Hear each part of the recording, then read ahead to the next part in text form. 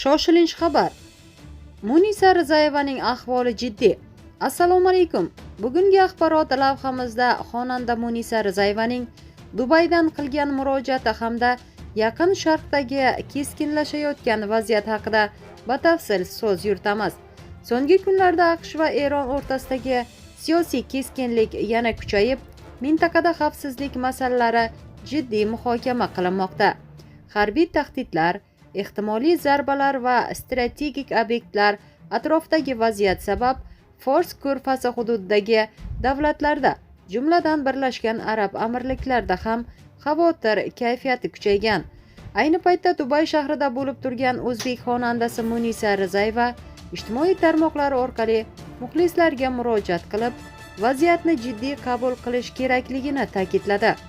U o'z chiqishida mintaqadagi geosiyosiy ziddiyatlar sabab ayrim davlatlarda xavfsizlik choralarining kuchaytirilayotganligini aytib, odamlarni ortiqcha tavakkal qilmaslikka chaqirdi. Xonanda ayniqsa o'zbekistonlik muxlislariga murojaat qilib, imkoni bo'lsa hozircha tinch va barqaror hudud O'zbekistonda qolish xavfsizroq ekanligini bildirib o'tdi. Uning so'zlariga ko'ra, Dubay ortida xavfsiz shaharlardan biri bo'lsa-da, mintaqaviy mojaro kengayib ketishi ehtimoli odamlarni ehtiyotkor bo'lishga undamoqda. Mutaxassislar fikricha, AQSh va Eron o'rtasidagi qarama-qarshiliklar asosan harbiy siyosiy ta'sir doiralari, Yaqin Sharqdagi ittifoqlar hamda strategik energetika yo'llari ustida nazorat masalalari bilan bog'liq. Agar keskinlik oshsa, Fors ko'rfazi hududidagi aviatsiya qatnovlari, iqtisodiy faoliyat va turizm vaqtincha cheklanishi mumkin.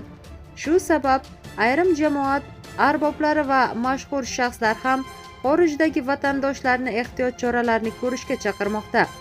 Munisa Rizayevaning murojaati ham aynan xavfsizlikni birinchi o'ringa qo'yish zarurligini eslatgan. Hozircha Dubayda kundalik hayot ortidagi tartibda davom etmoqda, ammo xalqaro kuzatuvchilar vaziyatni diqqat bilan monitoring qilmoqda. Shu bilan axborot lavhamiz yakuniga yetdi.